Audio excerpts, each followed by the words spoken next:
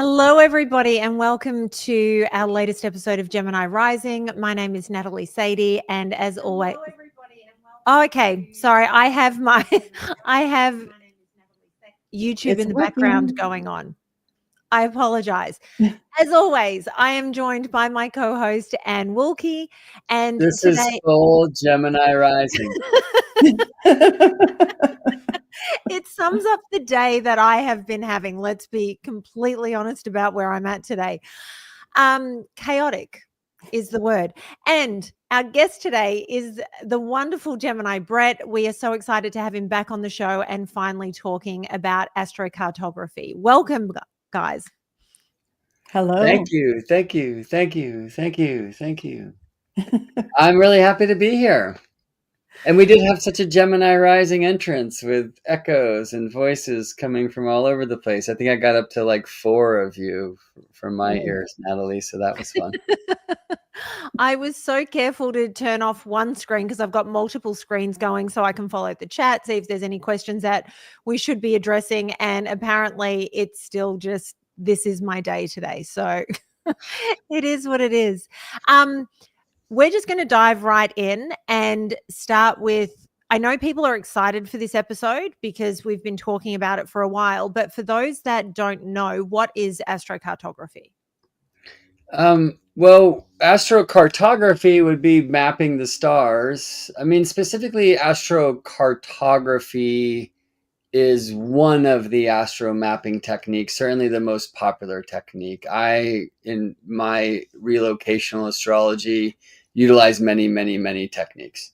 So on one level, I'll say that generally speaking, astrocartography would be like using maps to understand more about astrology and how a moment like a birth moment is expressed around the globe. More specifically, the technique of astrocartography was dreamed forth by Jim Lewis in the, I think, early 1970s, which basically tells us in a moment's time where planets were either rising or reaching their height or resting in the west or rooting down beneath the ground. So we've long known in astrology that planets at the angles, right? So planets rising, changing from invisible beneath the ground to visible above, right? Like from night to day when the sun rises, for the greatest example, right? Or planets culminating or setting or rooting down beneath the ground, that they're like extra strong in the chart, right? So an astrocartography map helps us see where planets were angular, and then speaks for places on the earth in any moment, like your birth moment, where we have kind of power points, power lines, if you will. But more generally speaking, in astromapping, many of us also utilize a technique that was dreamed forth by Michael Erlewine, called local space planets. Some softwares call it planetary directions, which are wonderful. That one's like, if we all went outside right now and faced the sun, we'd actually all be facing wherever on Earth in this moment the sun is directly overhead. And by the way, that's basically the Tropic of Cancer right now, because the sun is just about to ingress tropical Cancer. And that's just your sun direction, right? Or wherever the moon right now, like right now, I'm just looking at the shadows outside. So the sun is over here, the moon is down here, still pretty much full, right? Like the moon is pulling me that way. So that line, which from Berkeley, where I'm sitting, is kind of, I don't know, northeast, that's going to go somewhere from here. And it's going to go all the way around the world. And I'll show this on maps to make some more sense of it, right? And I don't think really dances to the term astrocartography, but maybe it does, because a chart is a map, right? It's a map of the sky in any given moment in time from a particular place on Earth. And what I feel, and many agree, that the crown jewel of relocational astrology is simply relocating the chart,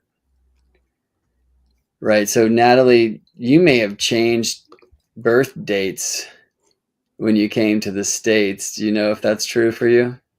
She has. Remember, Well, yeah. I'd technically be on the 2nd over here of April.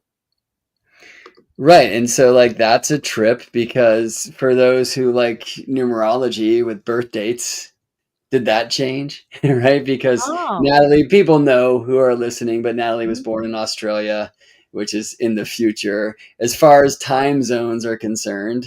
But when we do a relocated chart, we just find that exact same moment. And that moment, as expressed in California, where Natalie now resides, literally was on a different calendar date, if you're into that whole Gregorian trip anyway. And that's like a fascinating thing, half of the earth in any time is experiencing night and the other half is day. So what happens if we were born by day, but moved to a place on earth where it was nighttime when we were born? Well, what happens if we have like a really strong stellium of planets, like a planet party, and it's in the 7th house, and we can see that the native has this like relational devotion, but you then move that to a place where that stellium's in the 9th or in the 12th or something like that, right? So the general idea of AstroMapping, for me, it's helping us find power places on the earth, or places that can help us in our own awakening, or a weirdening, as I'd prefer to say, and bring us treasures and pleasures and sometimes perhaps pains, and really help us understand places on earth that we may have a relationship to. Sometimes it's not about visiting them, they'll come to you. Like I was just doing a mapping session with a couple, and they had a line pointing right to the place where they met and fell in love, and it's not at all surprising, right? And by the way, that was me mapping their Davison relationship chart. So we could talk more about that later if you want, but like that's a trip, and it's pointing right to this place where they met, and then it points from there to the next place they moved, and we can go there, and it points to the next place, and like that. Like AstroMaps are just wild. I always say, like, I love them so much because they're very astronomical, and I love the astronomical side of our craft. But in a sea of craziness, they kind of take the cake. You just see the strangest things. Well, Natalie has dropped out, so I don't know if she relocated already right now. She's relocating. I assume she's going to come back. She's coming in now. So while we're adding her back in, could I ask a question? Hi, Sure. Welcome back. Hi. Relocated. So most of us have seen I assume most of the people watching this show have seen an astrocartography map.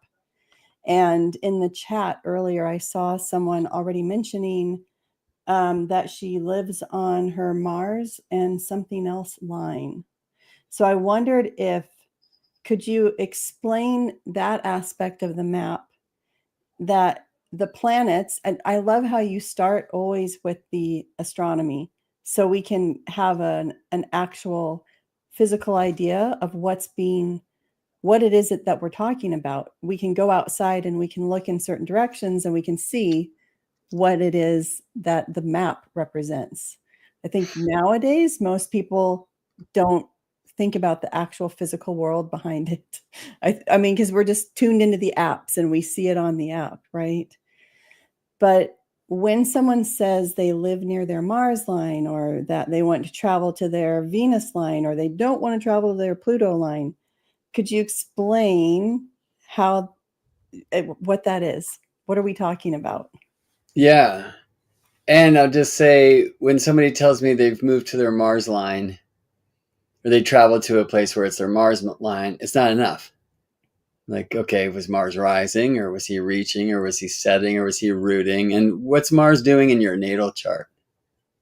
So I want to even speak to one of the great issues I found with AstroMaps is even great astrologers who've been doing it forever will leave their astrology when they go to the map.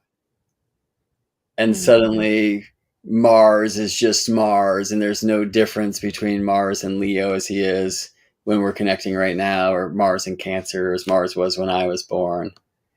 But very few astrologers would read a chart feeling that a Leo Mars and a Cancer Mars are going to speak the same way, right?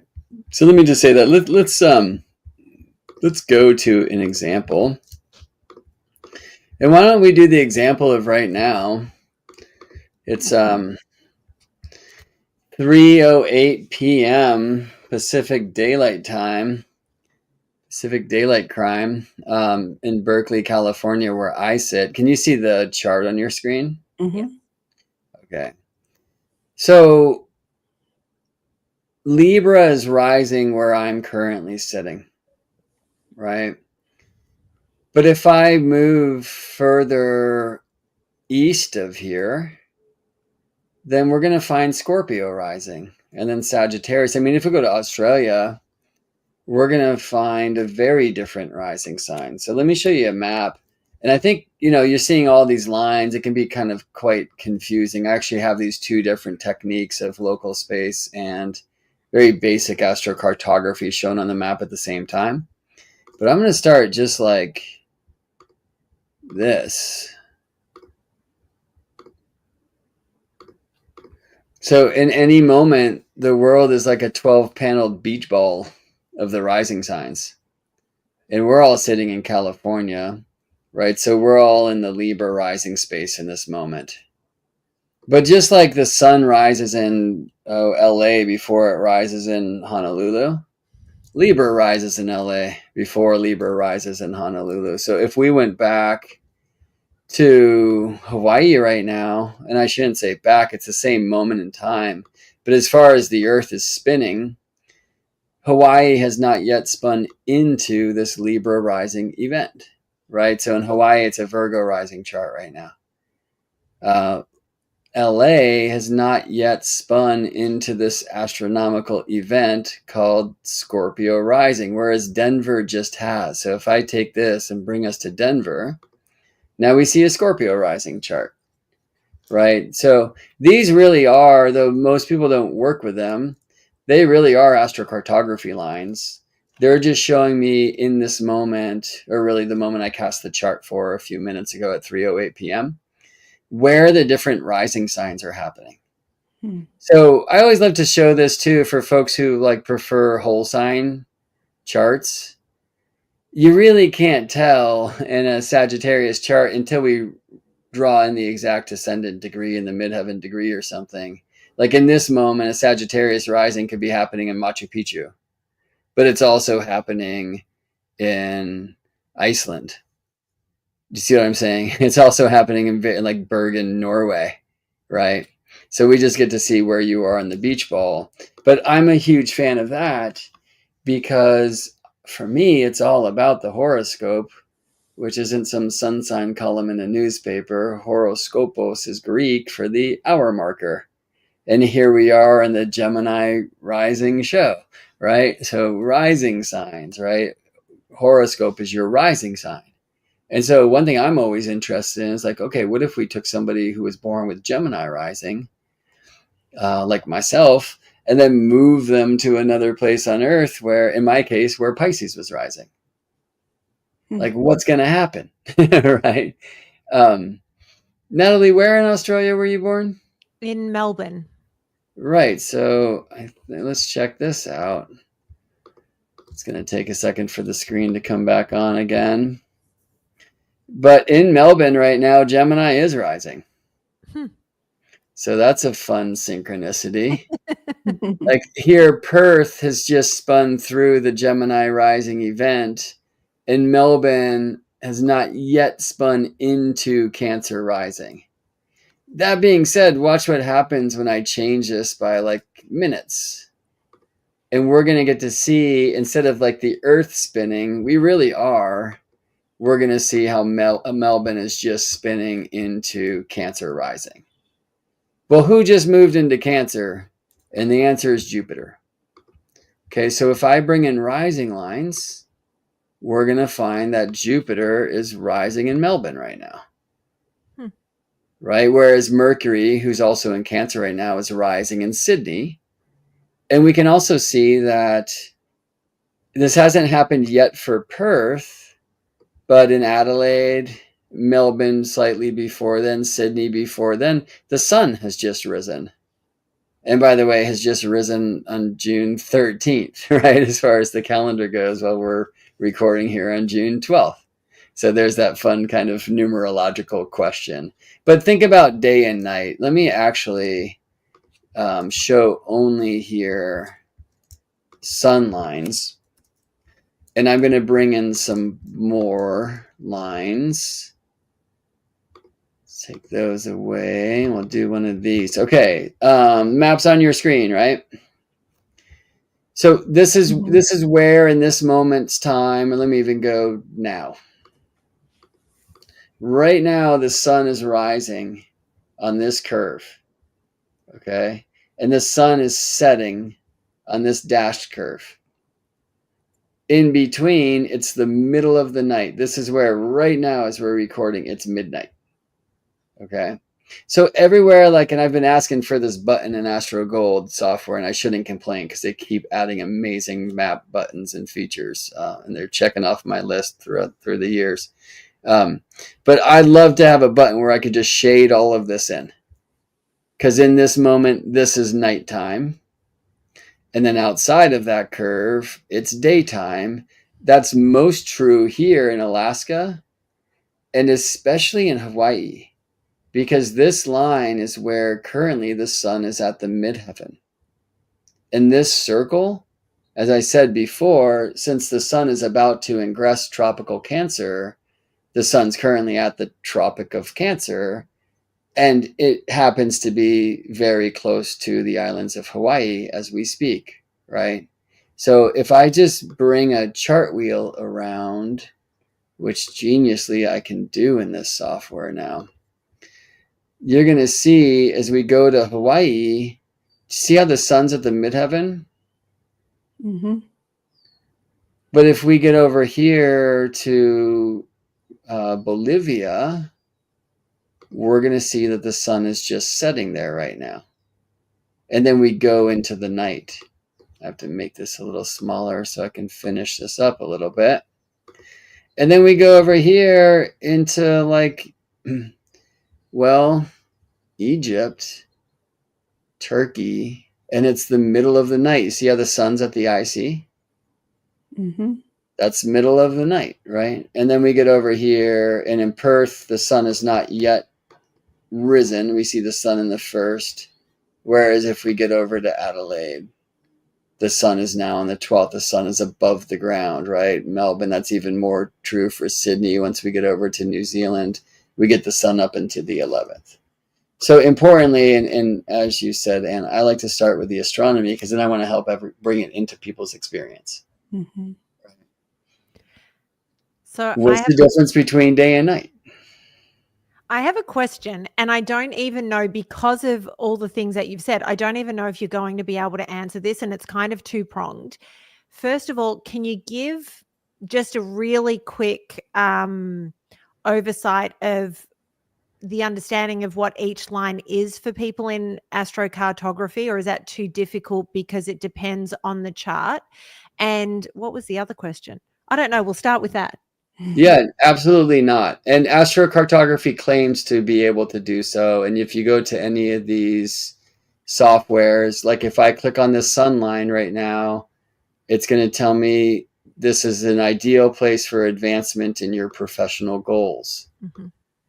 I'll ask you, the sun at the midheaven, is that as true for somebody who has the sun in Libra as it is for those who have the sun in Leo? Probably like not. Just in your own astrology, would you see the sun at the midheaven to say the same thing for each of the 12 signs? Just based on midheaven versus sign?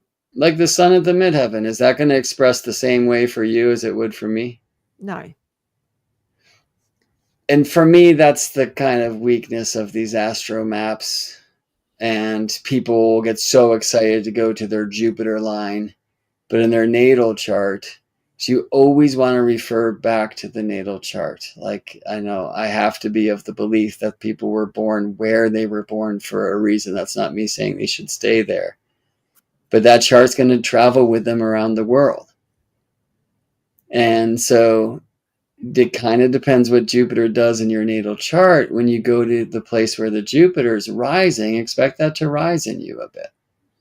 Okay, so I remembered the second part of the question, and this may also be a no, but is there any few lines that are generally good for people to live upon?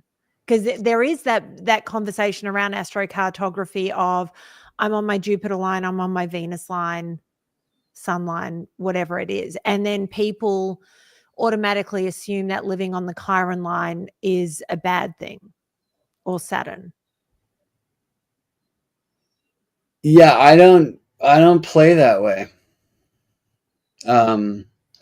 I have seen rather plutonic things happen on Pluto lines. Like in my own life, there's been really fascinating events.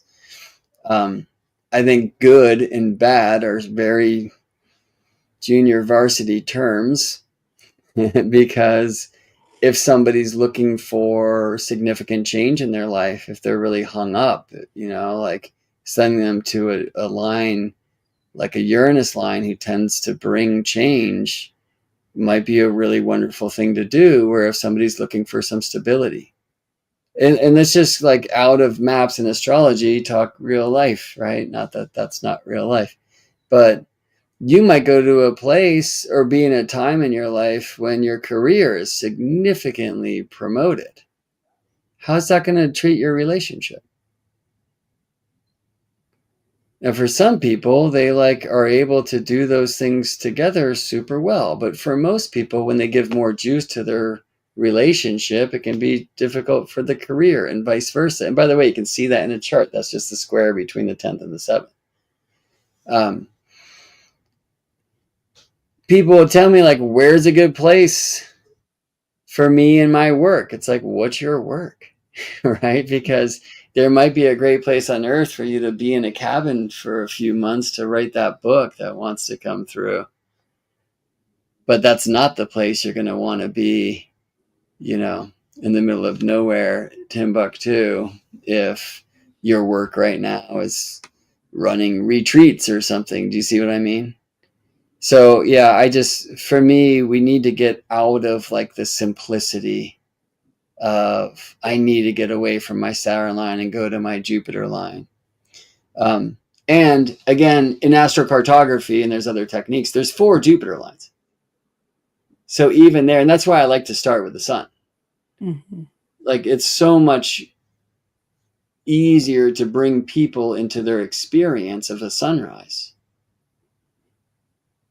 And I actually encourage everybody right now to just close your eyes and bring yourself back to an experience that you had where you really felt the magic of the rising sun. And you're out there before the sun rises, and the birds are singing, and the light is coming to the horizon, and the stars are starting to fade away into the beams of the sun that are starting to claim the eastern sky. And then you see this disk, first just this dot of light, and more sunlight, until finally the earth is illuminated and day has begun. If you see behind me here on this shelf, we'll see Jehuti, right? So Jehuti, many know, is Thoth or Thoth or thought or taught, tote, right? So the scribe in Kemet, the land we now call Egypt, who you usually see as the ibis bird, right? And why? And some say it's because the ibis's beak is shaped like the moon. But there's a different netter for the moon, that's Khonsu. Like for Jehuti, the sun and the moon, because Jehuti brought us astrology. He followed the lights to create the calendar, right? We need to keep the days. But the ibis, for me, it's the year, because the ibis will fly south for the winter, just like the sun does. at least if we're looking from a northern hemisphere place like Egypt. But the baboon, who is also an image we often see for Jehuti, this is the day. Because baboons will compete with other members of their troop for the high ground so they can be the first to receive the rays of the rising sun. And it's a whole affair when they do. I'm told, I haven't seen it. I'd probably want to keep my distance. But for me, that's an amazing thing. Like the beings who really understand and appreciate the powerful exchange between the night and the day. And we all know, like, so some of you in that visioning experience, you went back to a time where you were just called out of your sleep. And you tried to fight that, but you couldn't get back to bed, and you went outside and you decided, why not? I'm just going to like stay out here until the sun rises. Some of you are like, that was this morning with my 108 sun sign salutations, dude, every day. Some of you remembered some late night, right? Where you're kind of stumbling home from the club or whatever it was, and you didn't make it back before the day came, right? And just I want you to honor, like, it's just those few examples I shared. Let me do one more. I went to Haleakala, to the House of the Sun in Hawaii, and to a time where I really experienced the earth falling when I saw the sunrise. And I was listening to amazing practitioners of the Hawaiian ways assembled in two different groups, actually chanting an oli, like a sacred chant for the sun to rise. And they will start before the sun disk is seen, and they won't stop until the entire sun is above the horizon, right? And in this moment that I went back to, I saw the sun rising, and I felt that the sun was rising because the earth was falling in that direction. And I can't tell you I would have felt that had I not been taught, ball earth astronomy or whatever. But that's what I felt, right? That's where I went. Now that's a very different sunrise, that kind of like taking a quest, hopping on a plane, crossing an ocean, going to a place that feels sacred to me, committing to, like, in the middle of the night, drive up to the top of a volcano, be with the stars, and at the end of that night, experience the big star of ours rising. Do you see what I'm saying? So the reason why I really want to point that out is a sunrise line. There's an infinite way for that to express. And the sun in your chart is different than mine. Like, I was born with the Scorpio sun conjunct Uranus. So what might I expect at my sunrise places versus David Palmer? Do you know what I mean? And also, what would I expect at my sun rising places versus my sun setting places? And if we can really, like, if we can bring ourselves not only into those like contemplations, but into those memories or into those intentional experiences of sunrise versus sunset, of midday versus midnight, that will help you kind of crack the code and enter the chart experientially, not just intellectually. And not just like, this is rude to say, but like in a kind of greedy way of like, where is a place on earth that will give me the treasure I need right now? Right. Now that helps us understand, like, why is that place so crazy for me? My partner Anna and I, there's this Italian restaurant where every time we went there, we had a fight. And like the food was good. I mean, it was like good enough, and the vibe's not bad. And we'd go to places like down the block, and it was cool. But in not astrocartography, but in local space from where we resided at the time, she had a Mars line pointing there, and I had a Saturn line pointing there. And it was just, we'd get there and this thing would happen, and we don't live where we did before. And I haven't had the courage yet to go test and see if we've turned it off because we don't live there anymore. Because it was like where we were living, relocated lines pointing to this place. But I mean, let me tell you some other examples of that. Like my daughter, who's about to turn 1 year old,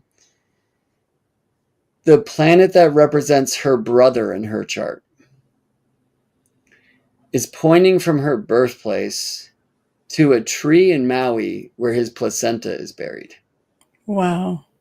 Her birthplace in the Bay Area of California, across the ocean, within 5 feet of his placenta tree.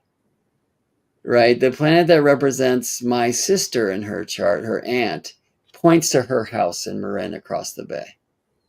Like, this stuff is crazy. It's real. And I don't want to in any way try to suggest to people who are listening that just because I feel like we could maybe update the way that we're using the maps, say I don't believe in the maps. I believe in them very strongly and wholeheartedly.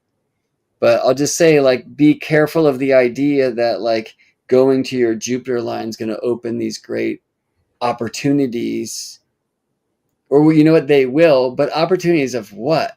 Right? Like, so as much as Jupiter brings benevolence, he also brought Pandora's box. We want to be careful with that. Right.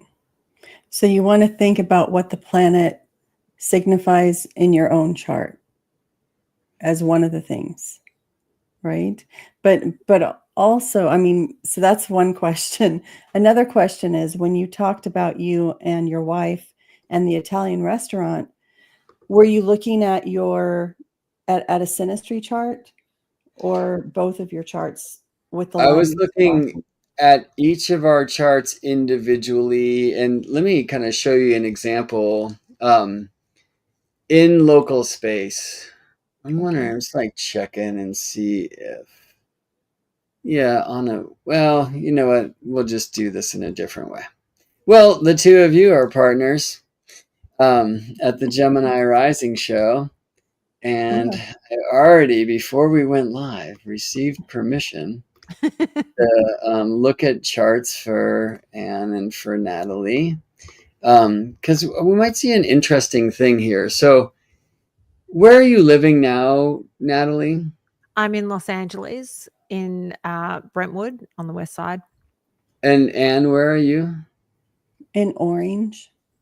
Yeah, so Natalie's made much of a greater migration, right, from Melbourne, Australia to Los Angeles. And for Anne, like less of one. So we're going to see much less of a shift in the natal chart when we compare Lancaster, California, where Anne was born,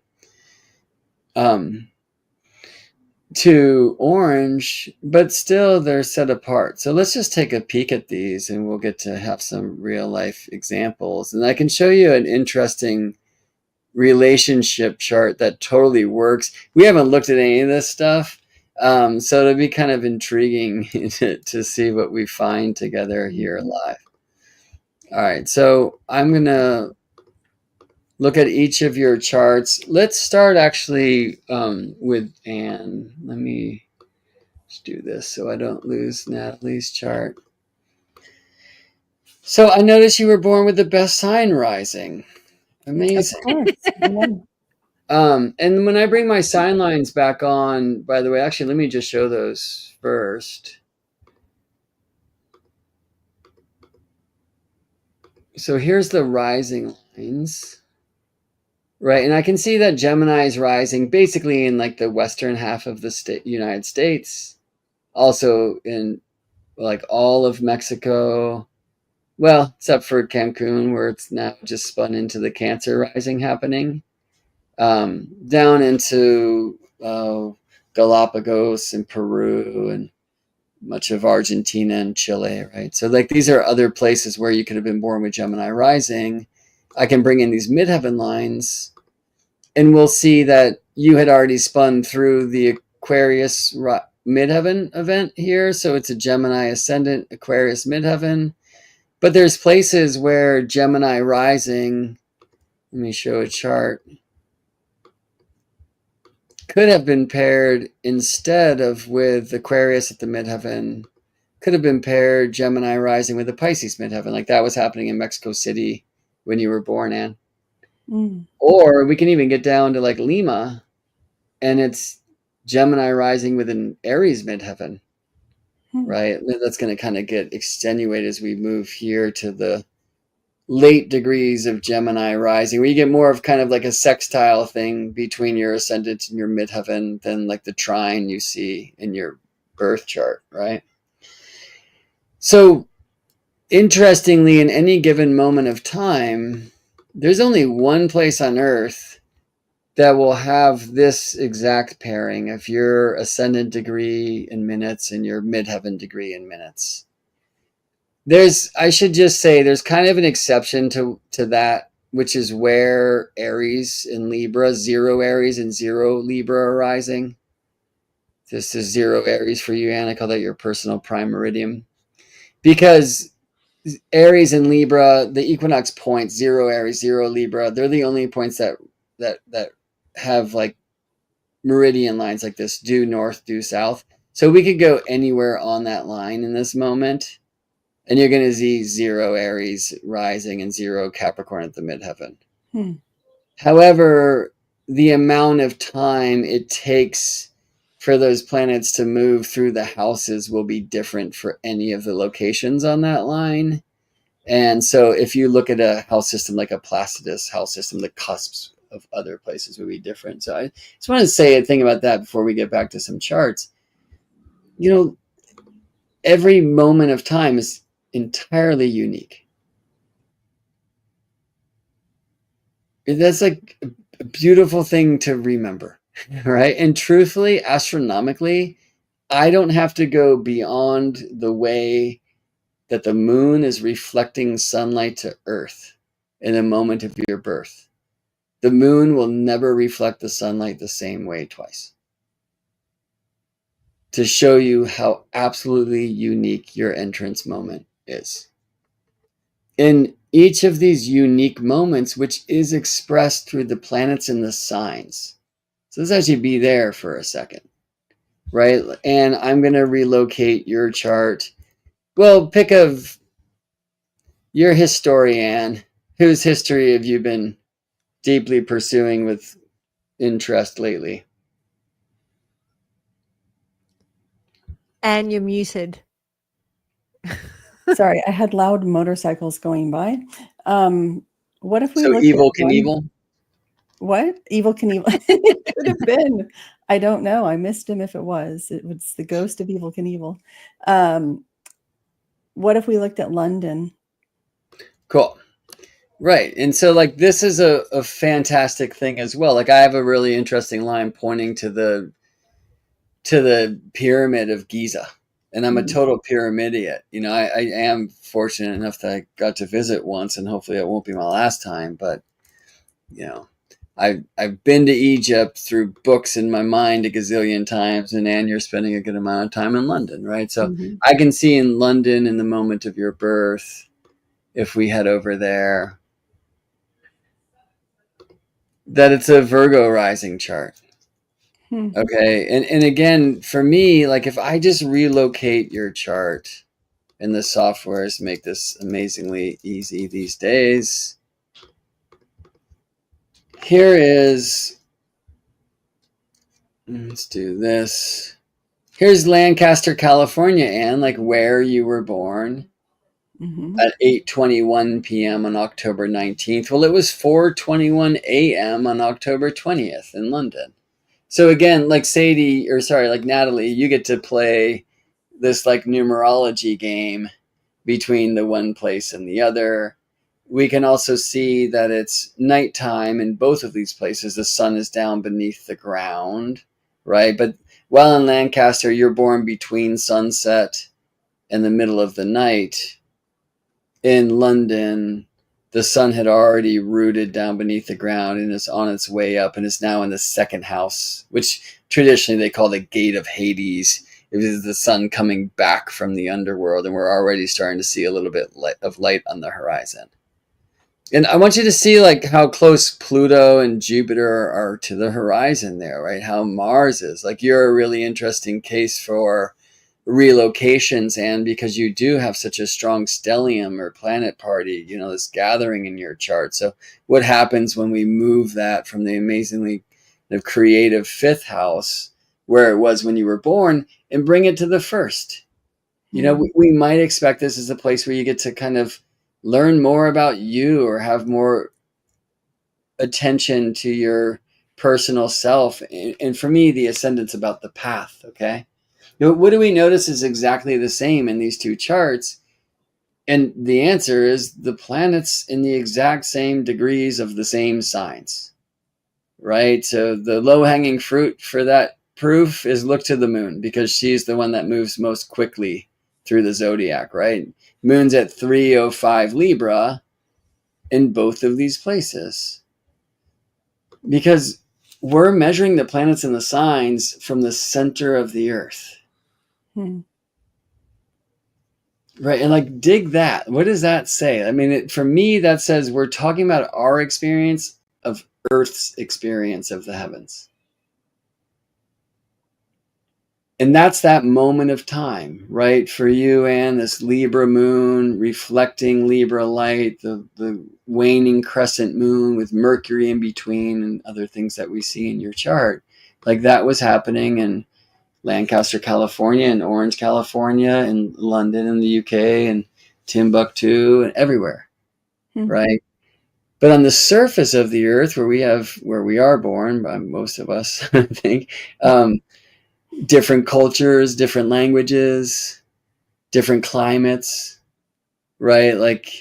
Natalie, you moved from where sun's tropic of Cancer ingress means the furthest sun from you, right? So winter solstice, and of course the opposite is true in LA.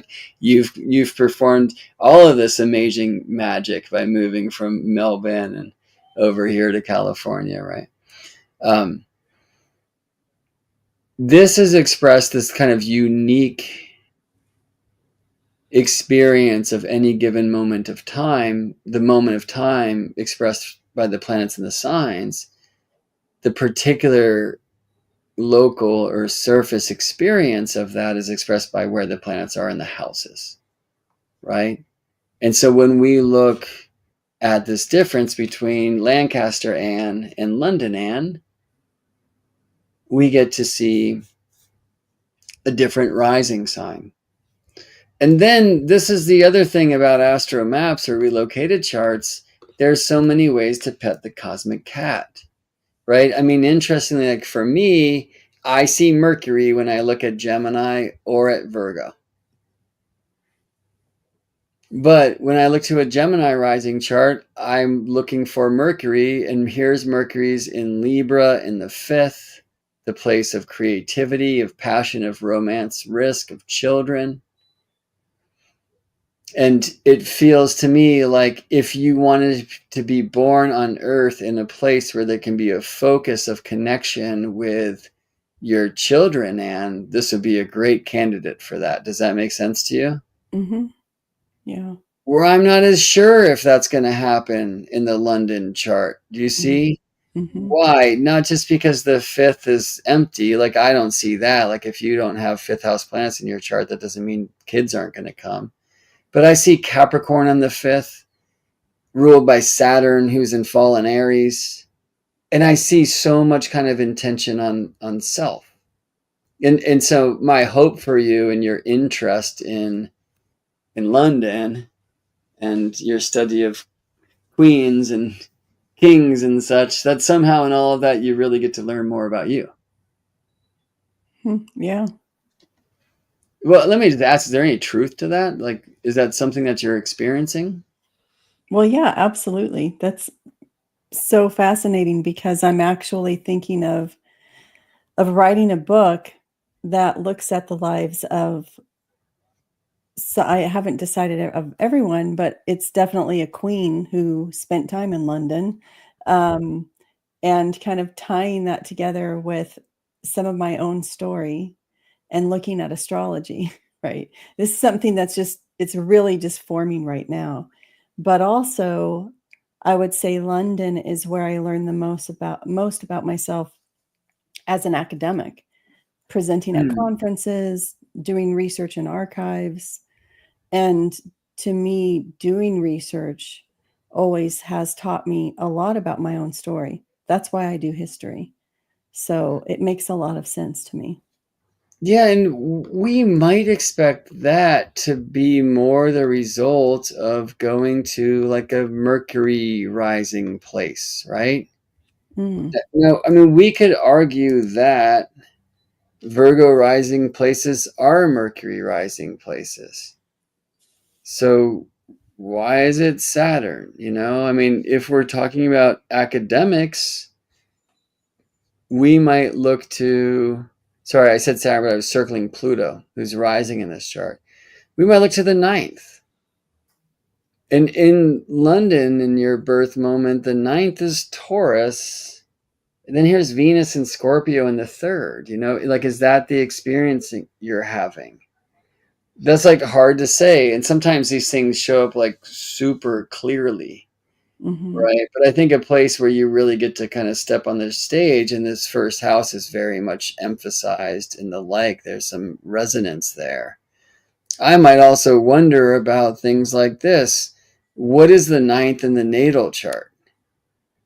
Right? Because just as our timing techniques, transits, progressions, etc., they really don't, they activate the natal chart, right? They don't act alone. They're activations of the promise of the nativity, to use like older language, right? I would suggest.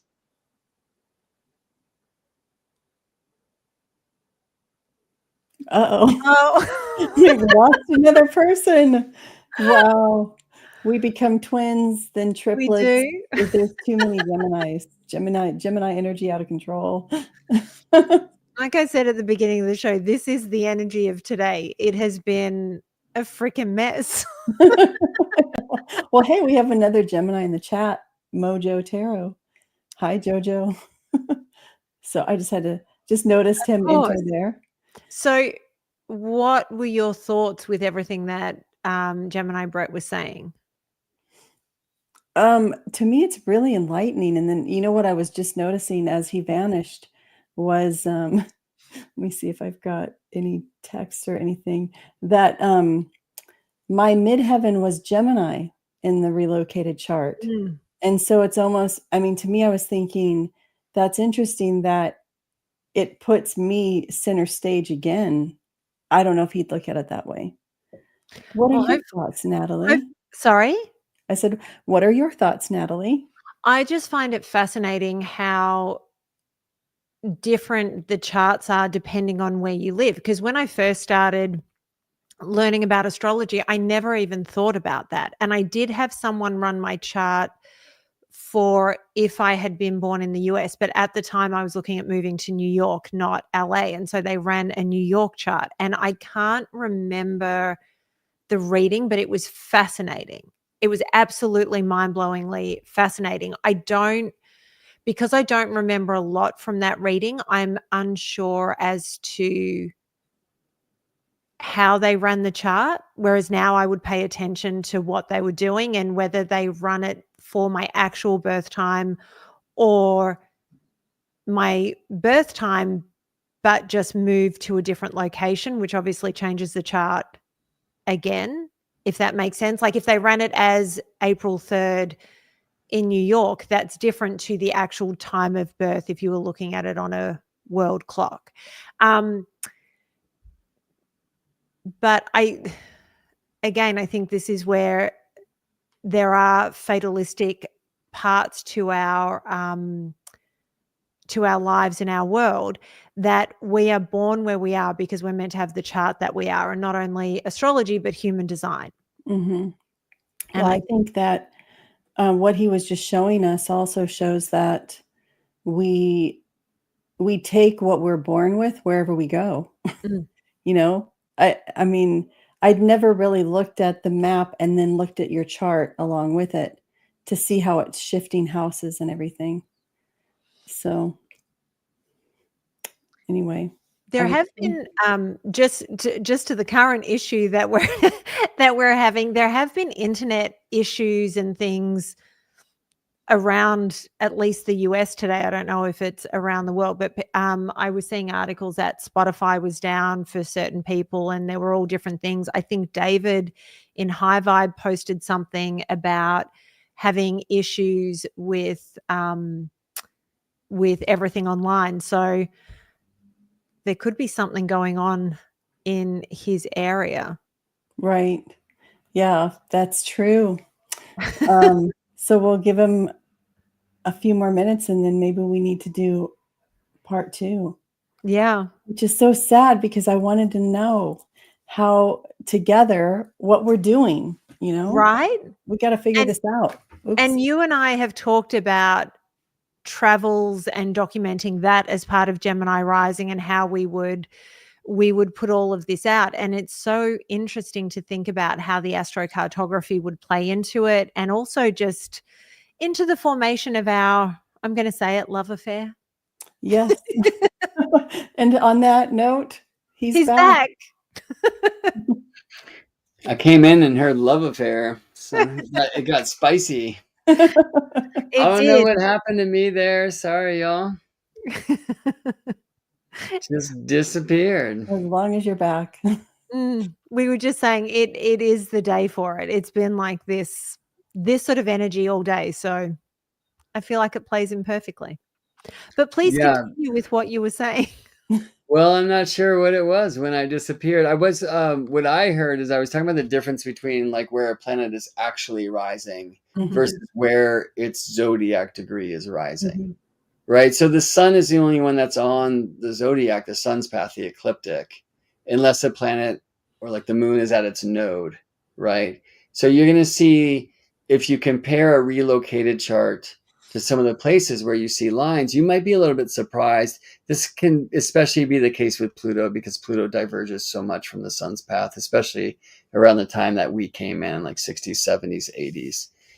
I'll say personally, at my Pluto in Mundo line, like in my Pluto setting in Mundo line, which happens in like in the Midwest down to Mexico City for me, I had serious plutonic experiences. Like trigger warning plutonic experiences. Wow. I also go to Mexico and I explore the underworld. Right? Like in Mexico City, you can actually go to the old city, which is under the ground at Tenochtitlan, right? And you'll hear all these stories that are quite plutonic there. And I teach at a friend's school and we teach about evolution and such, you know. But I learned about calculating Pluto transits, like when I was just training as an astrologer, on my setting Pluto in zodiacal line. Right. And like I at the time was actually in a Pluto square Pluto transit.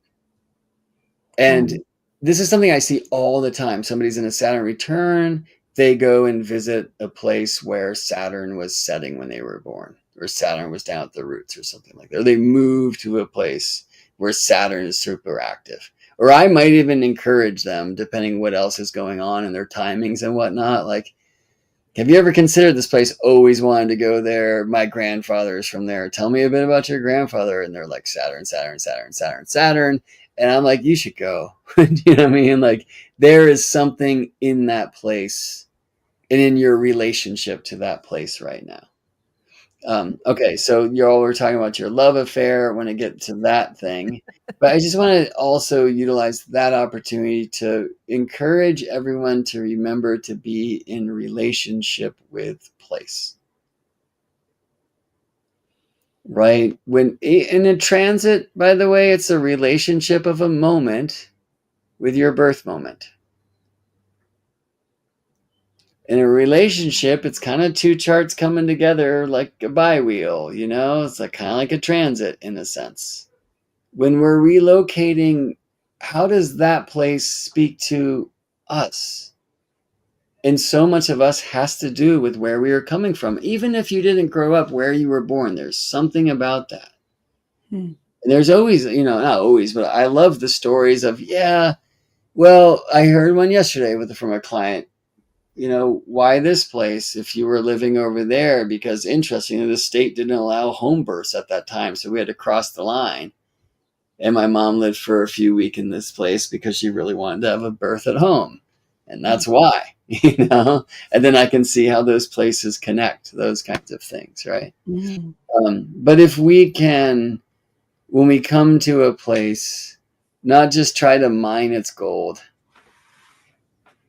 but to consider our relationship with that place, right? And to know that that's also an exchange, right? And so in our AstroMaps, we might say like, hey, Anne, this place offers like Mars, Jupiter, Pluto, especially rising for you.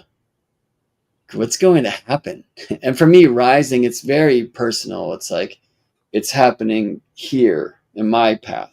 Whereas a setting line is likely to show up more relational, right? In fact, the Pluto things that I experienced that I'm not going to talk about on my Pluto setting line, they were about other people in my experience of that, right?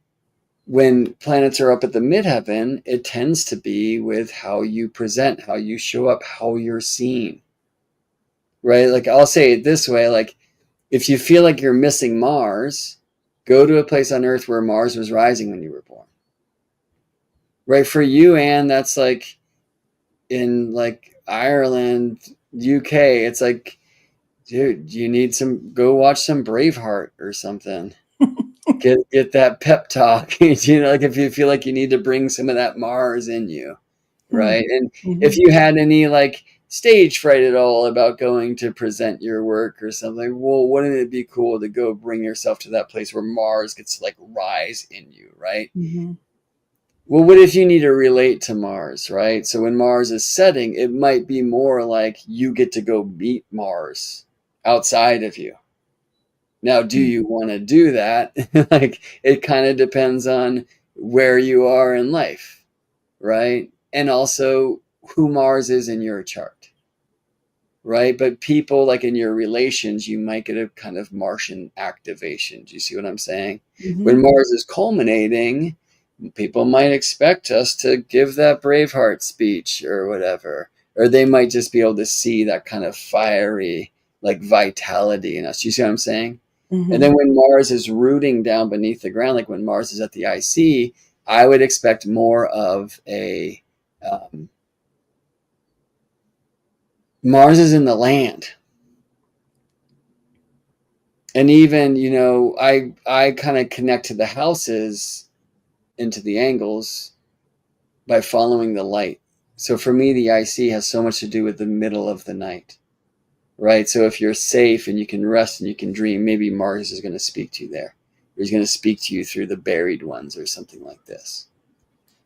All right. Well, there was a couple things I wanted to share with you just about AstroMaps, because there's some really intriguing things besides all of these planets that were rising in London when you were born, Anne. And one of them that I noticed is Saturn sextile the midheaven. And then another one is like Mercury trine the midheaven. You all see that in the chart, right? Well, we can do that in maps too. So I'm going to ask, this is Astro Gold software. I'm going to ask it to show me trines. And now we're seeing Mercury trine the midheaven. And you see how close to London that is, right? And then we're going to see, if I add sextiles, we're going to see Saturn sextile the midheaven. And you're right in between, okay? If I go to zodiacal positions, by the way, like it's going to, where is that? Oh, I am zodiacal. It's going to show it just how it does in a relocated chart, right? So Saturn's at like 21, 22. We're at 19 and a half here. And then Mercury's at 17 and a half. So do you see how this degree is right in between this and that? And that's what we're seeing. London's right in between these two lines. So let me answer a question that's always asked as well. How far from a line do I need to be for it to be real? I'm going to take away these trines and sextile lines, and then I'm going to get back to them before we move on to. And I like to answer with cast a chart, cast the relocated chart, right? Because like, is London too far from Mars for you to get that Braveheart activation? Do you need to go over here to Ireland? And if you cast the chart, and I've seen this chart in London in your birth moment, the ascendant's 22 Virgo, and Mars is like almost 18 Virgo, right? He's less than 5 degrees away. The question is, would you consider that to be angular? And for me, yeah, he's close enough. You're in the zone. It's not nearly as much as like Pluto or even Jupiter, especially since they're on the first house side, which means this place has not yet spun into their astronomical events. Okay. But some will say, it's like 100 miles, maybe 300. And I don't know if you can see down here at the very bottom of the middle of the screen, when I do this in the software, it'll tell me that London is 250 miles from this Mars line, or 260 something. Let me go back to these in mundo positions. And then I see Pluto's a little further away. So if I'm afraid of Pluto, maybe you're more safe, because while Pluto's rising in the chart or in the zodiacal position, it actually was rising over here when you were born. But this idea of personal transformation, that might be the promise of Pluto rising. It might even in some ways like be what you're studying there, Taurus on the 9th and Venus in Scorpio. Do you see what I mean? Mm-hmm. It kind of tracks with what's happening. All right, so one thing I want to do before we zoom out again is, like at astro.com, at their Astro Click Travel map, which is an astrocartography map, they only show these in mundo positions, but they do have boxes where you can click like harmonious aspects, they call it, and that would turn on these trines and sextiles. And then so we would say, oh, well, there's actually more going on in London than I thought. And some of those things like Mercury trining the midheaven, and you've had like a lot of success in career there, right? Mm-hmm. Or Saturn, who I'm kind of interested in because he represents the 9th of your natal chart, and here is sextile the midheaven as well. But in astro.com, they're also going to have this box that said disharmonious aspects, and that's going to turn on the squares, right? Because traditionally, they say the conjunctions and the oppositions and the squares are the quote-unquote hard aspects. I prefer to say activating. Well, the conjunctions and the oppositions are already an astrocartography map, because if we're looking at where a planet's rising, that's like a conjunct the ascendant. It's also opposite the descendant. Or if we look at a place where a planet was setting, so for you and like Saturn setting over here in Turkey, that's also Saturn opposite the ascendant. You see what I mean? Mm-hmm. So the squares are the only ones that are going to kind of show up as a so-called, what do they call them again? So, dang it, I said it out loud, but now I forgot. Oh, disharmonious aspect. I quite disagree. So Mars in your London chart, Anne, is actually angularly more involved with your midheaven. Do you see that? Mm-hmm. Than with the ascendant. And why would Mars square midheaven have to be disharmonious or quote unquote bad? Like, can't that be the kick in the pants for your career that you've been looking for? What squares the midheaven also squares the IC, right? And so if you've been having challenges with family or home and those kinds of things, sometimes going to a place where a planet squares that degree of the chart can really help you like break through that. Like Mars is a great breakthrough candidate. And then it depends on your nativity. Like how's Virgo Mars going to do that versus Cancer Mars or wherever Natalie has Mars. All right. So as promised, we're now zooming out. And I just want to show, we'll look first for Natalie now and the difference between her birthplace in Melbourne and LA, like quite a distance we've gone. And then I want to show you how, Anne, because for you, Lancaster, your birthplace, and LA are pretty close. I'm going to go to a different technique. Can you see this map on your screen? Mm-hmm. Yes. Yes. Cool.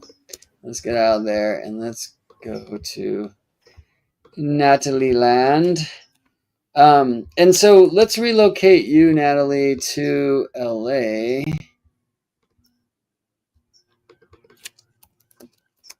Sorry about the sirens if you're hearing them. But I guess I said LA and it's sign of the times in some regards, right? So Natalie's born in Melbourne, Australia, where Gemini was on the rise. The sun is up here, kind of in the 10th house, heading up to culminate. Maybe an hour later, it's going to be midday, right? In LA, not only do we have a different date, it's April 2nd instead of the 3rd, so you went back in time. It's also very close to sunset. So it's still a daytime chart for those who like sect, for example. But things change so significantly. Like if you were asking me, Natalie, about career, well, I say the answer to any question is the whole chart. My investigation for career, vocation, your legacy, your legend typically starts at the top of the chart. And I see Mercury there, right? And I see Venus there. So, like, you've had a modeling career, you have this career in very mercurial ways now, right? You've got the podcast and the other things that you're doing. We see Mars culminating. Like, what might that mean? I see Saturn trining here, right? And well, again, we'll say that you're going to carry this chart with you around the world.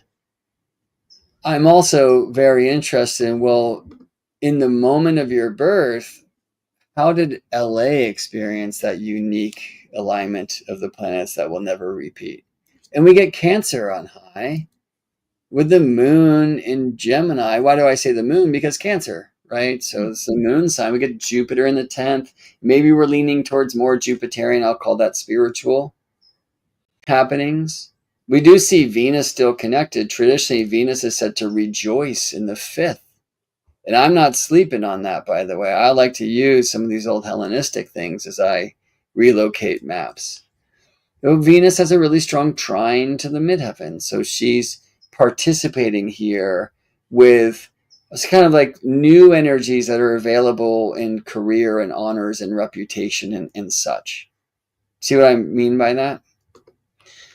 And it's a significantly different chart when we take Natalie from Melbourne, Australia to Los Angeles, California. Like that, the two charts are going to be much more different than, of course, when we take Anne from Lancaster, California to Orange, California. I just want to show you these two charts next to each other.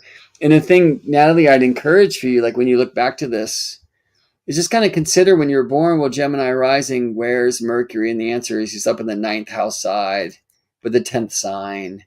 And even there, by the way, the Lord of the 1st and the 9th, how about long distance journeys, other lands?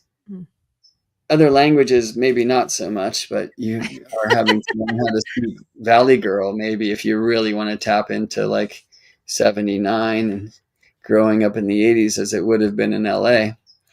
I'm noticing these are actually the same chart. Let's see. So do I need to point out that I took Natalie to see Valley Girl? Nice. You did. Yes. So she's got that now. Mm-hmm. I love it. Where is Valley Girl, the film? Like where's the main scenes happening? I think it's supposed to be Sherman Oaks. I wonder if we could even get that specific. Maybe we could at astro.com. So whereas in Los Angeles we get a Libra rising chart. And I mean, and we get, and for me, then like I'll use the old language, the ascendant is the rudder. And when Libra is the rudder, then Venus is the steersman or the steerswoman, if you prefer. When Gemini's rising, Mercury's the steersman, right? So what is that even to shift towards kind of like Venusian from Gemini? Well, they're both in the sign of Pisces. So there's this mysticism. But Mercury's retrograde in Pisces, and Mercury's in Pisces, right? And Venus is said to be an honored guest or exalted in Pisces. So how does that change? Those are some of the ways that I really encourage people play with charts that don't show up on the maps alone. Okay. Well, let me show another thing here. Well, let's see what does show up on the map. So I'll just cast an astrocartography map, and we'll go to LA for Natalie. And it's like, well, did you miss? Because I don't see any lines going through LA. And this is the offering of a warning, right? Just like an empty house does not mean those things don't happen in your life. I hear that all the time. People are starting to study with astrology. It's like, oh my God, I don't have any planets in the 7th. Am I never going to find a partner? It's like, no, it doesn't work like that. Like, there's a sign in the 7th. There's a planet that represents that sign. There's a planet that represents you. What's the relationship between those planets, right? There's no lines in LA, and Natalie, you've been called there, right? I remember you telling me you couldn't resist that call. Yeah, very much so. So shouldn't we see 1,000 lines going through there? Shouldn't we, maybe it's just because it's as close as you could get to this place where you were meant to go as some kind of dolphin. And you can hop a fishing boat and probably get out there. It wouldn't be too tricky, right? But I need to move this so I can see the distance. LA is 420 miles from this moon at the midheaven line. Hold on a second. Let's relocate you to LA. Yeah, so the moon has already culminated, right? And is this close enough? And again, I say cast the chart. For some people, 7 degrees, that's still a conjunction, right? You're pretty far from this Jupiter at the midheaven line. That's happening in the Midwest. That's this gray line here. And when I look at that, by the way, they're going to say this is the right place at the right time and great opportunities, right? Because it's Jupiter. Now, we might expect that more with Jupiter in Cancer. And given, Natalie, that you'll have a Jupiter return this year, since Jupiter has just returned to Cancer, it might be interesting to see if there's opportunities for you in these places or in connections with people in these places. I just did a teaching for Nightlight Astrology School, which is now headquartered in Minneapolis, where Adam Allenboss lives. You know what I mean? So this isn't my map, it's yours. But again, it's not always about going to the place. Sometimes the place comes to you. And sometimes it's about making that connection there. I just did a session for somebody publishing a book, and there's a publisher in LA that's interested. There's a publisher in New York that's interested. There's a publisher in London that's interested. And in their chart, I was like, well, it should be somebody in Nashville. And then she found a publisher in Laverne, Tennessee, who's actually awesome, And I was like, great. But sometimes we can choose that. When I sit with kids who are trying to choose where to go away to school, if they're able to do so, we want to maybe go to a line of a planet that speaks of schooling, but I think maybe more interesting, what is the 9th house of schooling and stuff look at a place like that. Look, so I can start turning on aspects to lines. We get a Venus trine midheaven near LA. Remember, we saw that in the chart, right? Let's relocate this chart to Los Angeles. And when I'm reading charts, that's a really significant thing. I see that as a huge thing. So it's nice that we're able to map that as well. And then maybe San Diego, where that's perfect, has some of those Venusian opportunities for you. I can look at trines and squares and the other things, but for me, it's just way easier to cast a chart to see some of those things. What I cannot see in a chart are local space lines. So I want to show you some of that now. And then we're going to see how this will be, I don't know, I wouldn't say more valid, but a technique that gives us more information for Anne's relocation, since it was a much shorter distance. And how, I don't know, maybe they'll speak for you as a couple and bring us to the valley. So let's see. So let me show only the astrocartography lines. At astro.com, by the way, it's a different map. You can go to their free horoscopes, their locational astrology, and then you'll see there's two different options. One is for AstroClick Travel. That's an astrocartography map. And the other one's called AstroClick Local Space. It's this map. So you'll see how all these lines are emerging from Melbourne, right? That what we call the radix, the root place, in this case, a birthplace, Natalie's birthplace. And then they all converge here. Well, this is just the antipode, the opposite side of the globe. But now check out LA. And there's two lines that are super close. All right. So let me just explain what these things are again. Like if we look at Natalie's chart, we can see that the sun was up here in the northeast. So that might sound strange to some of y'all because you maybe are used to working with northern hemisphere charts with the midheaven is south, okay? But in Melbourne, the midheaven's always north. And then the ascendant's the eastern horizon. So I can see that the sun is east of north, okay? If I like held Natalie in that direction, like if I just went out and grabbed her out of the home or hospital where she was born, like lion queened her up to the sun, right? I would be holding her in this north of east direction that goes up to northeast Australia and then eventually makes it like, you know, to Santa's place, it looks like, into this opposite side of the globe. And generally speaking, like your sun local space line, it doesn't touch much land once it leaves Australia. But that's not true for Neptune. When you were born, Natalie, we see Neptune here about to set in the west. Sagittarius, I should say, always everywhere on Earth sets south of west, okay? So if we could feel that pull of Neptune and align our hearts in that direction, that's here. And it comes through Madagascar and then up through the Canary Islands and then through much of the United States and basically to San Diego.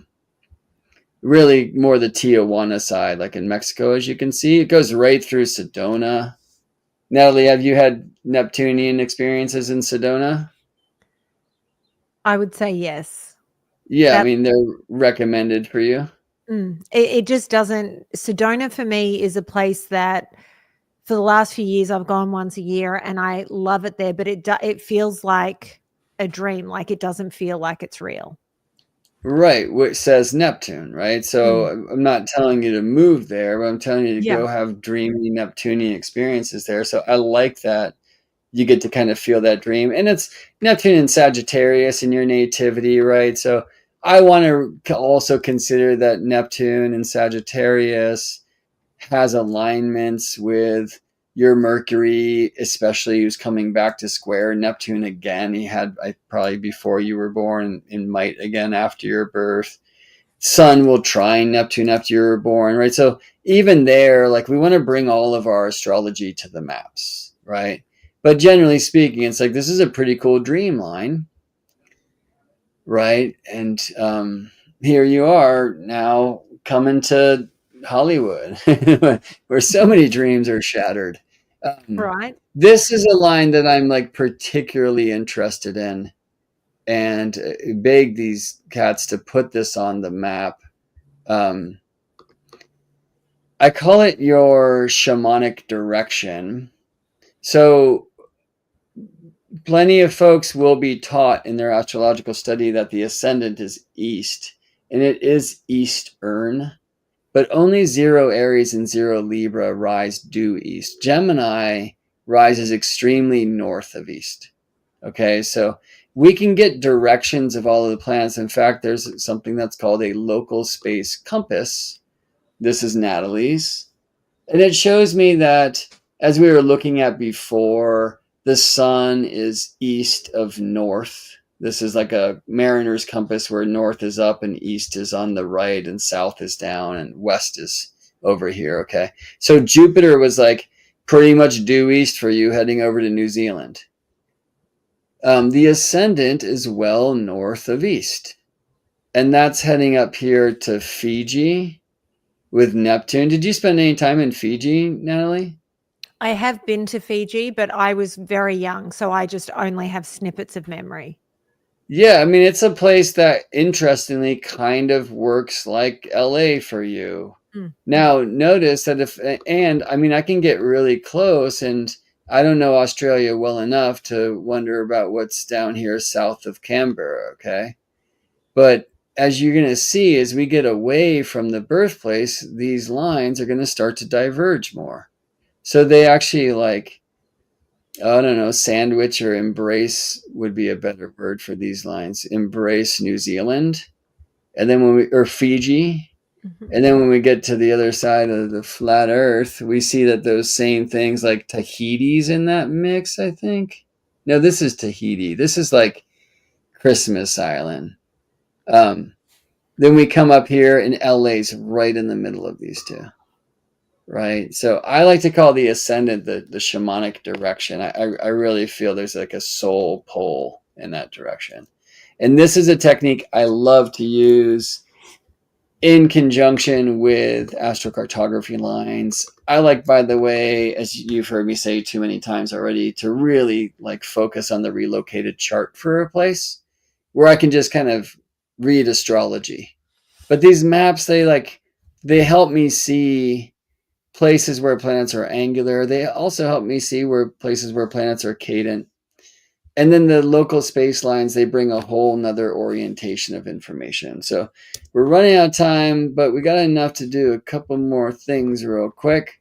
And I'm going to show you that, of course, when we look at the Lancaster Ann here with 8.5 Gemini rising versus the Orange Ann, the location Orange, we're like, this isn't going to change that much. We just haven't moved that far. We get 814 Gemini rising, right?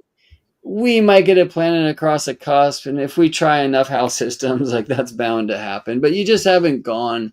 You're living in a place that's not so far from where you were born, right? Mm-hmm. So it's going to we're going to see less of this in astrocartography than we can in local space. And sadly, right now in the Astro Gold software, I just can't get the kind of resolution I'm looking for. And I want to play, and maybe we'll do this at astro.com, but I want to play with a different kind of chart anyway. So I'm going to cast what's called a Davison relationship chart. And when I was sharing before, let me just say what this is. Well, I was sharing before, but I was talking to this couple, and there's this line that points like right to where they met. Well, what line and for whom? And the answer is for a relationship chart. So there's many different ways we can do relationship charts in astrology, right? Like one is synastry, just looking at like how Natalie's charts wraps around Ann's and how Ann's wraps around Natalie. There's what we call a composite chart, which just finds midpoints. Oh, Natalie was born with the moon in the best sign. In Gemini. And Anne was born with the moon in Libra. And then the composite chart's going to find right in between those 2 degrees, where is that moon? But a Davison relationship chart, it's a different kind of midpoint, or 2 kinds of midpoints. It finds the mid moment between your 2 birth moments. And then it casts an actual chart for that moment. So with Anne born in 68 and Natalie born in 79, we're talking about somewhere in like 1974, right? So let me go there. Oh, while he's pulling that up, Natalie, I must say, for this thumbnail, I made Natalie be Carmen Sandiego. And Neptune's right there. So in San Diego, right? Yeah.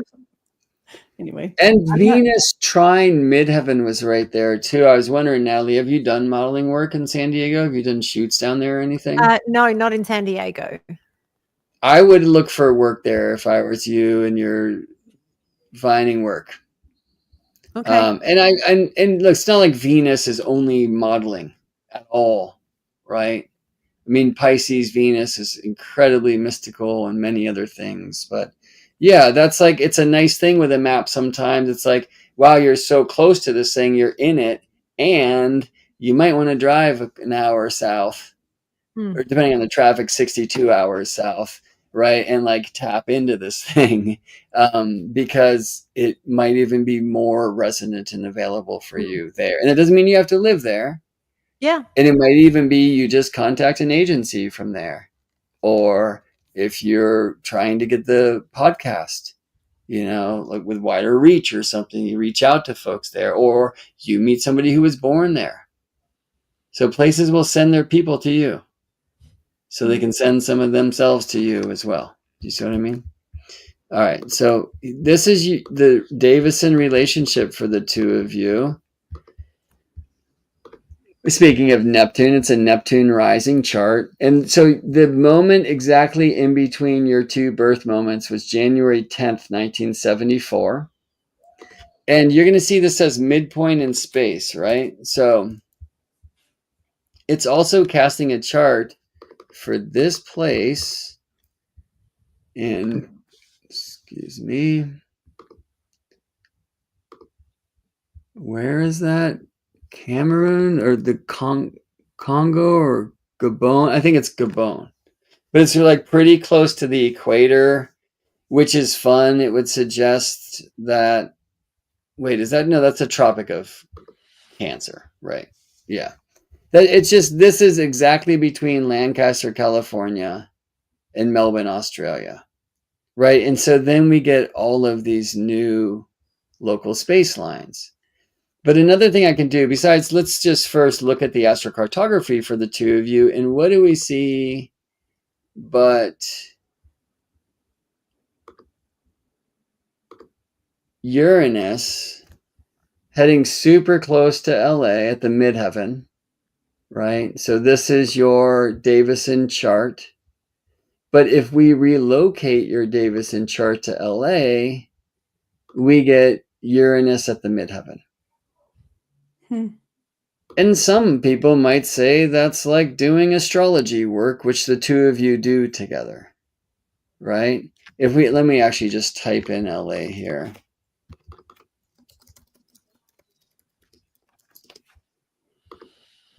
I just say you're here to kind of shock the world together. I like that we get Saturn and Gemini trining the relocated Los Angeles midheaven in your Davison chart, right? Because there's something about the wisdom of the word with Saturn and Gemini and the way that speaks for this Libra MC degree. And notice how close we are to Scorpio. I mean, you could just drive to the other side of town or head to Lancaster or Joshua Tree or whatever, and we're going to be at a Scorpio midheaven zone, right? And we get Libra midheaven with Uranus there. We also get Venus with Jupiter in Aquarius, right? So the question would be, does this chart speak in any way to how you do your work? Okay, so we're going to do one more thing here. Let me stop sharing so I don't share the wrong stuff. Because at astro.com, now that I've made a Davison chart for you, and by the way, since I also relocated it, which I basically had to do so I have a place that I can type in for the place, I can now cast your Davison chart in their mapping softwares, and we can look at the maps. So I'm going to go to their AstroClick local space chart. I know this isn't shared on your screen. I just want to set this up. I'm looking at, I don't know, must have been working on electing a wedding for somebody and talking about places, because I have somebody in here who's called Wedding. And I'm going to edit that to become the two of y'all. So sharing screen, doing this.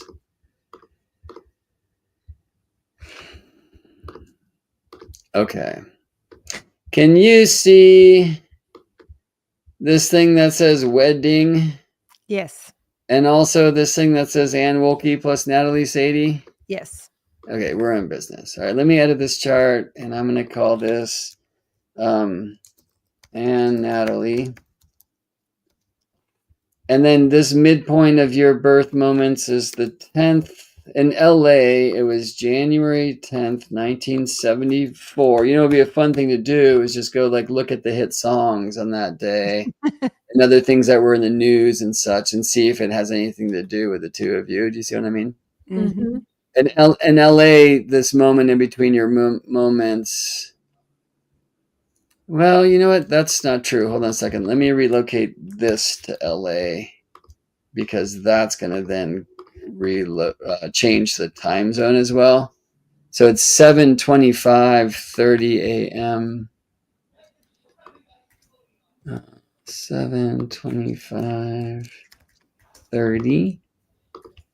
Oh wait, that was a wedding for Anna and me.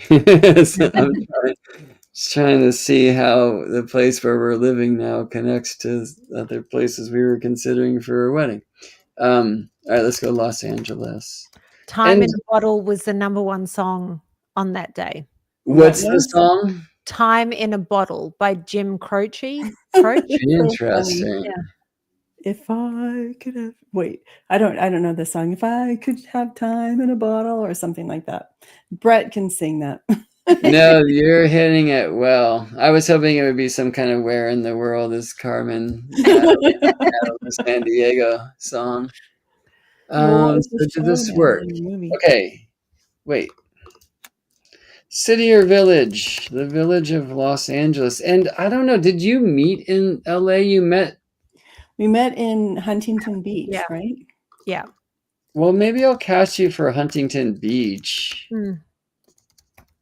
Because Anne does not live in LA, right? Correct. Right. Okay. So this is, once we get into these maps, and Astro.com's map is so amazing because you can literally zoom into the house level. And again, this is a different map. Like if you go to their free horoscopes, you're going to see there's two maps here. One is an astrocartography map. So it's showing the rising, reaching, resting, rooting lines. The other is a local space map. They do have a relation, like in the astrocartography map for your Davison moment, this January 10th, 1974 moment, I can see that the sun was directly overhead right here. It was at the midheaven everywhere on this line. And by the way, how cool that y'all have a Mercury Cazimi in your Davison chart. Because I can tell because the sun and Mercury are culminating together, right? So again, like the maps are charts shown in different ways, but these circles are where the sun and Mercury were directly overhead. So when we go to your local space map, that means from Huntington Beach, where I cast this, or if we looked from Gabon or wherever that midpoint was for the two of you in space, those lines are always going to go to where Mercury and the sun were directly overhead at the moment of your birth. And the moon line goes to where the moon was overhead and the things like that. So the cool thing is here, I can like really zoom in, okay? An interesting thing would be to see if there's anything pointing to Lancaster, and the answer is absolutely. So in your Davison moment, this moment between your birth moments, there's a Mars line that connects Lancaster and Huntington Beach. Wow. And if I just click on this, it's going to tell me assertiveness, boldness, and courage are needed to move forward. And you know, maybe in some ways the two of you do that for one another. Or since it goes to Lancaster, maybe this is Natalie does this for Anne. I don't know. Like I have to zoom way out to see if any of this stuff reaches over to Melbourne, and the answer is no, but we do see the moon line heading to much further north in Australia. It's my favorite part of the country. That's cool. Why? There's a place on the West Coast called Broome, and it's just, if my visa hadn't come through and things hadn't lined up with the US, that's where I was going to relocate to. I was finished in Melbourne for whatever reason, and that was it. I said, if I can't go where I want to go, I'm going to go to paradise. And that's what that place is for me. Awesome. And I can't reflect on it too much in this map because this isn't your map, but this is the map for the two of you in a way, right? It's all right. I'll take Anne there at some point. That's what I'm talking about. And you just did, right? But yeah, doing an episode about it or something might be a cool way for you to like actualize this. And I'm ignorant as to where orange is on this map. Down here somewhere, right? No, if that's Huntington Beach in the middle, is that what that is? Yeah.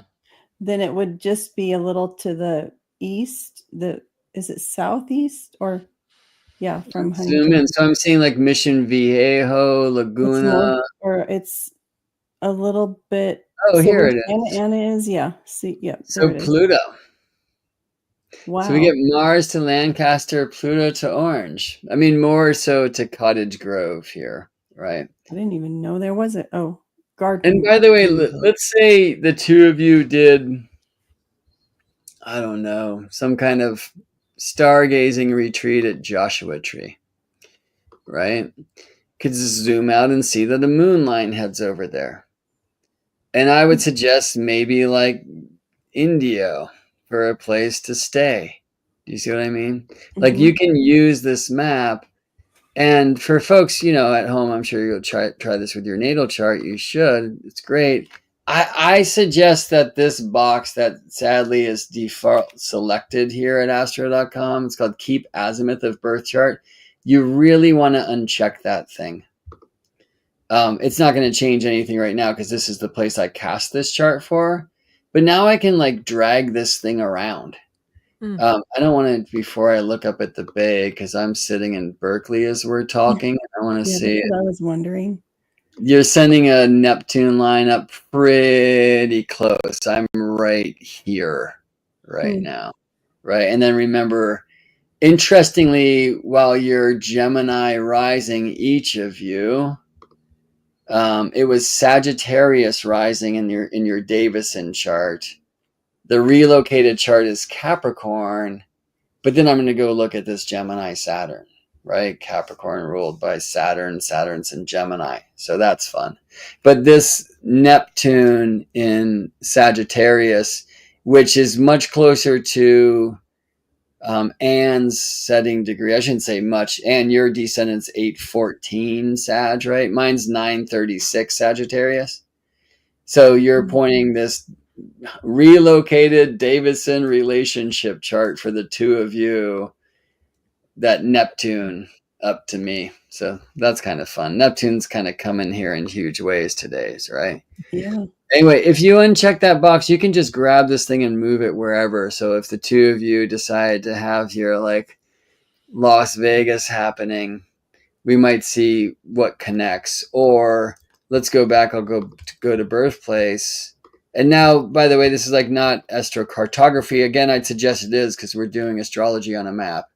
But it's not that technique, right? This is Michael Erlewine's local space technique.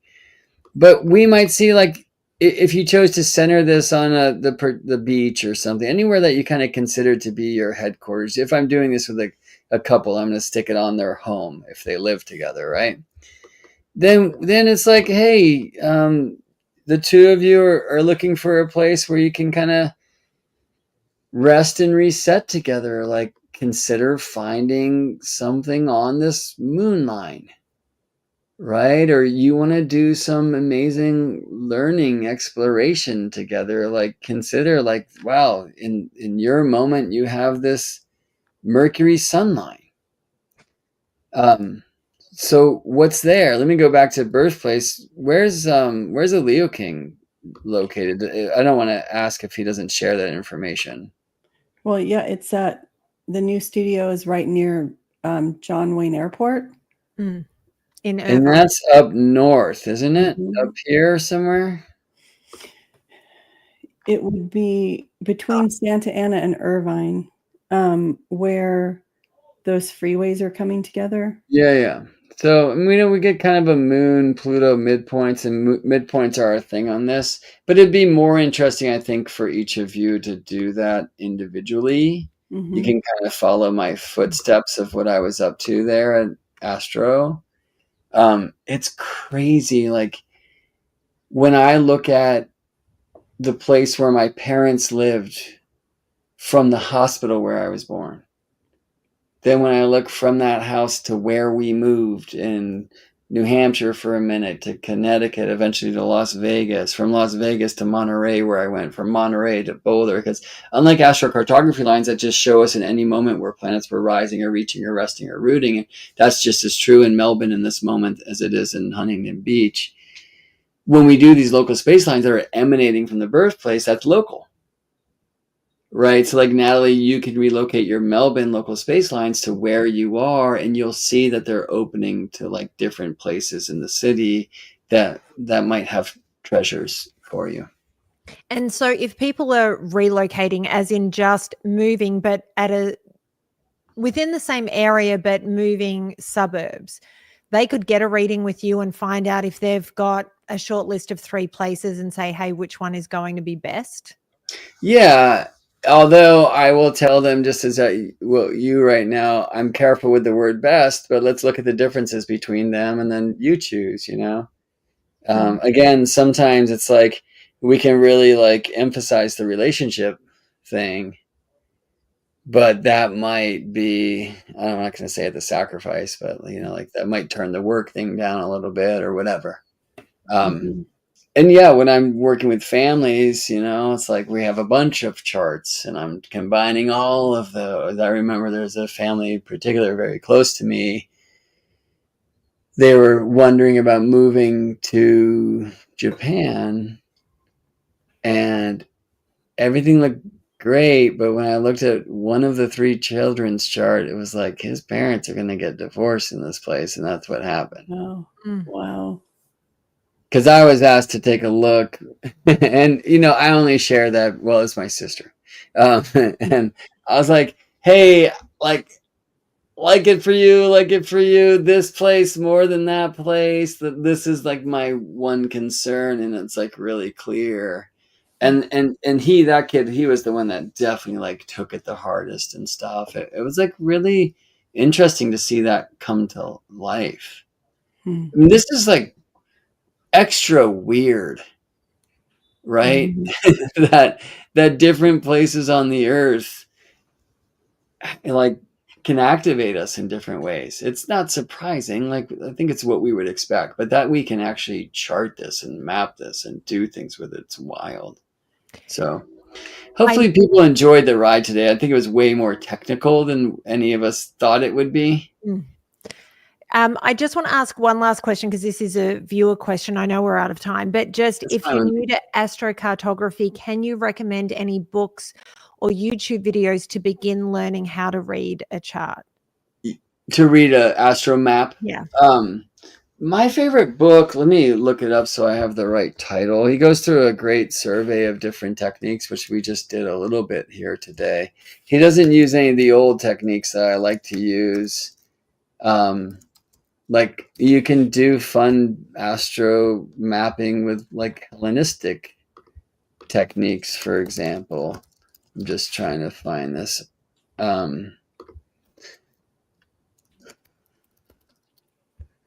But I really dig that, and I'm not exactly sure when it's going to be yet, but I will be teaching like astro mapping mastery course. So I'd encourage you to get on my mailing list as well so you can hear about that. And you can do that at geminibrett.com. So the book I would most recommend, I feel like it was the best read out of the gazillion ones I have read, is by Martin Davis. Let me get a picture of this on your screen. I just want it to be bigger, so I'm trying to sort that out right now. Yeah, this one's all sadly out of focus, but it's going to be what we can do for now.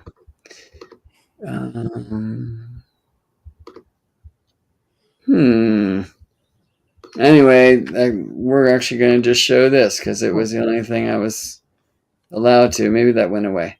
It did go away. Okay. So I'll just tell you. Remember when we just use words? Well, we It's can called- put a link too in the description. Right on. Astrolocality Astrology. A Guide to What Is and How to Use It by Martin Davis. It says from author of From Here to There, which I have not read, so can't speak to. But Astrolocality Astrology, A Guide to What It Is and How to Use It by Martin Davis, I think is a great read. There's some cool examples. He talks about astrocartography, he talks about local space. He does some other things there too. It's not a huge book either, which is nice. In our study, we can sometimes come across these things that are just impossible to get through. It's a book I actually finished, and there's very few I can say that about, frankly. I thought it was great. So, yeah, Astrolocality Astrology by Martin Davis is the one I'd recommend. And you know what I gotta say? It's interesting to me to hear for me to hear myself say that. When people ask me to recommend astrology books, I have a really hard time recommending astrology books. And I just realized in this case, it's not hard for me. I like that book. I think it'd be great for you. That's good. All right. Well, thank you so much for your time today, Gemini Brett. This was just fascinating, and I'm sure we could do another follow-up and dive even deeper into the astrocartography, which in a few months we may hit you up about. Yeah, working with some example charts. Like I just did a 6-hour workshop in AstroMapping at the NORWAC conference in Seattle last month. And I just took George Harrison around the world. Mm-hmm. Or I've used Dali before, right? And places where Dali's lived, like New York and Monterey, are intriguing, of course. But there's a place off Australia where Dali never visited, but they named a particular sea sponge the Dali sponge because it looks like something in his paintings, and he has a Neptune line going there. Wow. It's like, how wild is that? Right? Yeah. So yeah, and anyone, if you want to look at your map, come hit me up for a session. People always ask, like, how do I book an AstroMapping session? You just book a new client session. Like I just have one session. Like for anything, I do all sorts of astrology, and you can find me at GeminiBrett.com. And I love playing AstroMaps with people. I will say I usually put the map away and we get into the chart because like so much of the where also is intimately linked to the when. Mm. Right. And so a Pluto line, which some people are so afraid of, like it's going to act differently depending on your relationship with Pluto, which likely is going to be very different at this time of your life than it would have been when you were young or whatever. Sometimes we need a good amount of Pluto for that shift, you know? So the final thing I'd like to say is it is such a blessing to have these astrology softwares and even to have these free softwares that are available to us now. I'm like super grateful for them. And I think a lot of the things that they suggest like can be very, very real. But I'd also just say be careful with that. And for those of you who are studying astrology, don't leave your astrology behind when you go to the map. The map is just another way to express a chart. Chart first, and before that, the heart. All right. Thanks, y'all. It's nice to be here again. I appreciate the opportunity. Thank you so much. And I will make sure that we have the links for your social media, your website, everything in the description below so that people can just click on that to find you and book their readings and get on your mailing list. And as always, thank you, Anne. Bye.